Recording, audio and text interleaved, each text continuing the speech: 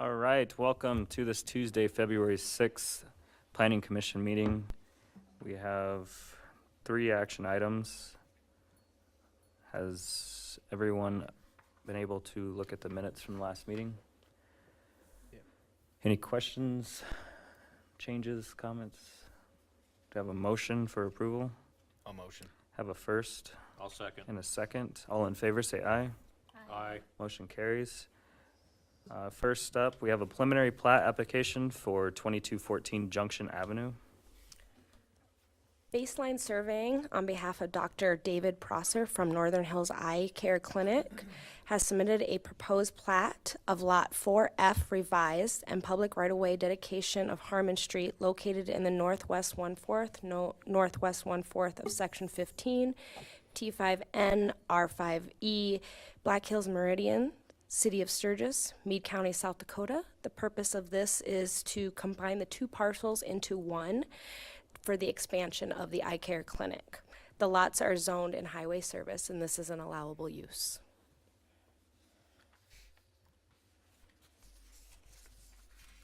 Pretty straightforward on this one. Yeah, pretty straightforward. I think, Mr. Prosser, he's also with us in the crowd if you have any questions, but basically just making plans for future expansion, and of course, building permitting, we'll probably end up seeing those plans here in the near future, so. But yeah, just basically putting the lots back together, so creating one. No plans yet. They're in process, as far as I know, yep. So. And also with this plat, there was, it also, if you notice, it did take in a large portion of Harmon Street that was never ever dedicated and clear up that street. Okay. Harmon Street's it's kind of crazy. There's a lot of unplatted property in there, but obviously it's getting used as a street, and so there isn't a problem with that part. But when we do have an opportunity to clean it up when we do replat, this is a perfect example of how that would work, so. Perfect. Cool. Any questions? Any other questions? Anything from the public? Do I have a motion? I'll move to approve the preliminary plat. Have a first I'll second. and a second. All in favor, say aye. Motion carries.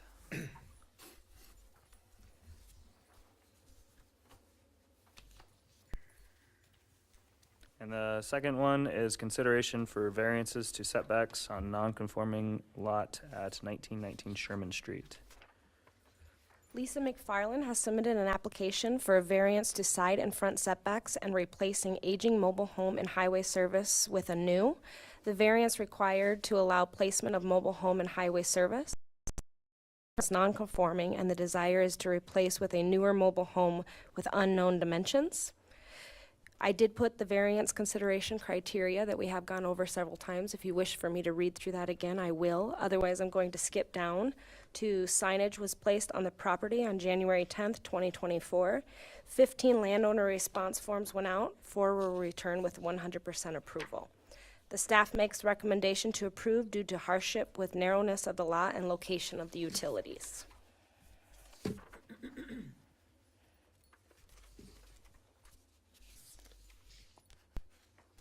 So no idea on the size of it because you want to get this variance first? Well, we really feel like there'd be a 14 by 70 would fit in there. Okay. As it is now, the trailer that sits there is like a 1974, 76, and it's old. We're just trying to clean up the lot, and make it look nicer. With the highway use, we were told that we couldn't get a building permit, if the trailer was pulled off of there, that nothing else could go in there. So we're simply asking to either be able to get a permit to fix up the old one or bring in a new one, move the old one out and bring in a new one and clean up the lot. The highest and best use we feel it would still be for the mobile home due to setback rules. Commercial setback rules are a lot more strict than residential. And we can stay within that 5 foot on each side with a 14 by 70 going in there. Sure. The plan is a new trailer, not like a used one? That's, Right. Okay. Either or, either we can fix up the old one, like the outside, put new decks on it and stuff, like with the building permit, or possibly bring in a new one. Okay. We're checking in the cost of it now.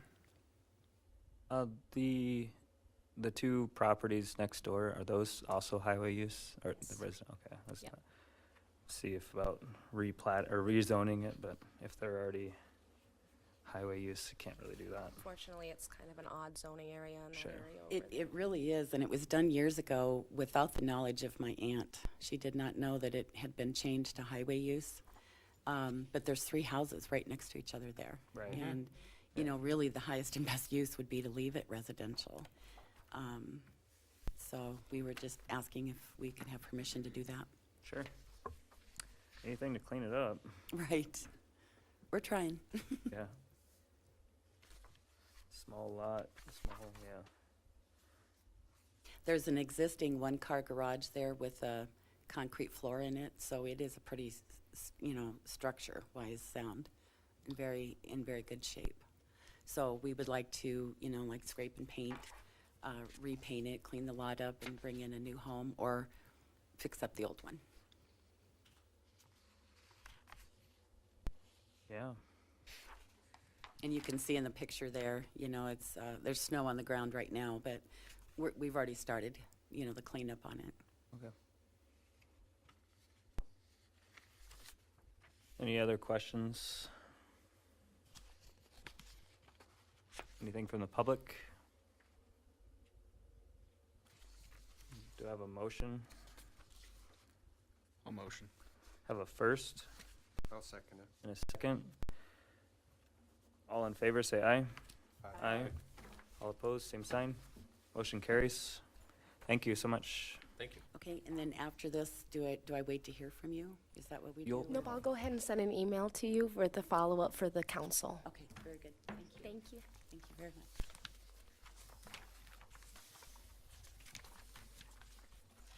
And next up, we have a consideration for variances to the front and rear setbacks at 1823 Spruce Street. Baseline Surveying on behalf of Rick Geil and Lisa Kress has submitted an application for a front and rear setback variance to build a garage on the rear lot of the house. The non-conforming lot is described as Potter's First Edition, remainder lots 20 through 22, Block 3. Again, there is listed the variance consideration criteria. Due to the sewer line in the alley and the neighboring property's sewer, to replat into one was not achievable. The applicant wishes to build on the non-conforming lot with a setback variance for rear and front with the agreement of a deed restriction attached to the house for future sale of the property. The property is zoned medium-density residential and has a 10-foot front and rear setback requirement.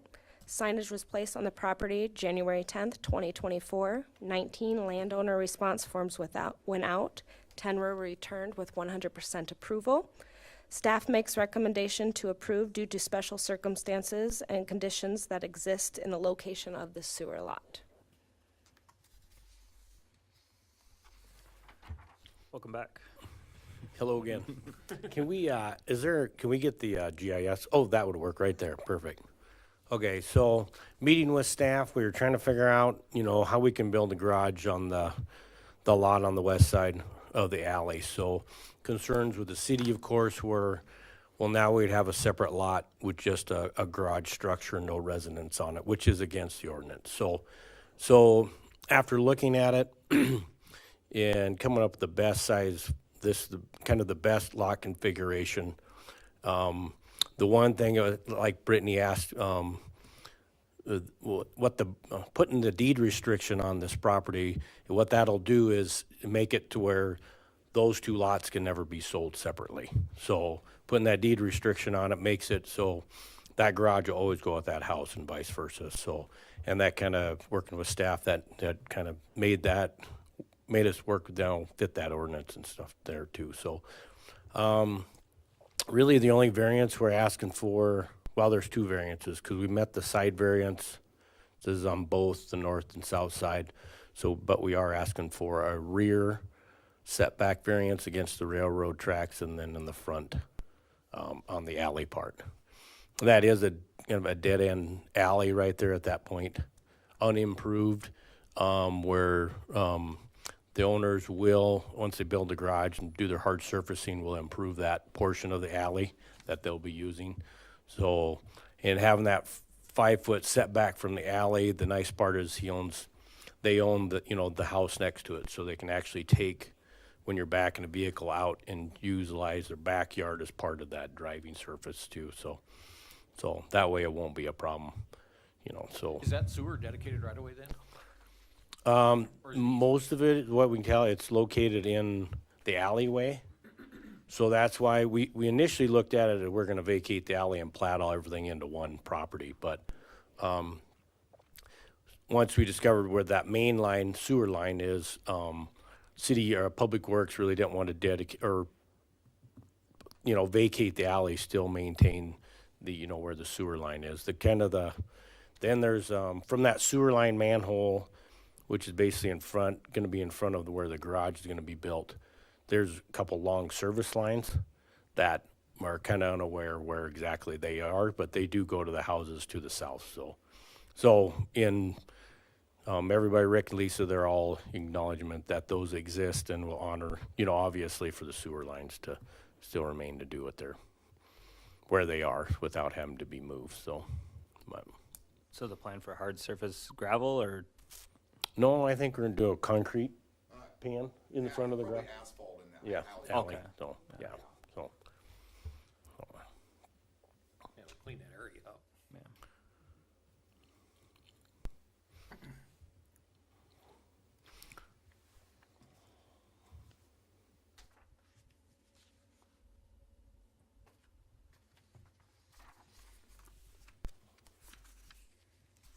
Is there any other questions from the commission? Anything from the public? Do you have a motion? I'll make a motion to approve. Have a first I'll second that. and a second. All in favor, say aye. All opposed, same sign. Motion carries. Thank you. Thank you. That's all we have for this evening. There's no renewals of any sorts. Do you have a motion for adjournment? I'll make the motion to adjourn. First, I'll second. second. All in favor? Aye. Have a good evening. Thank you. Thank you.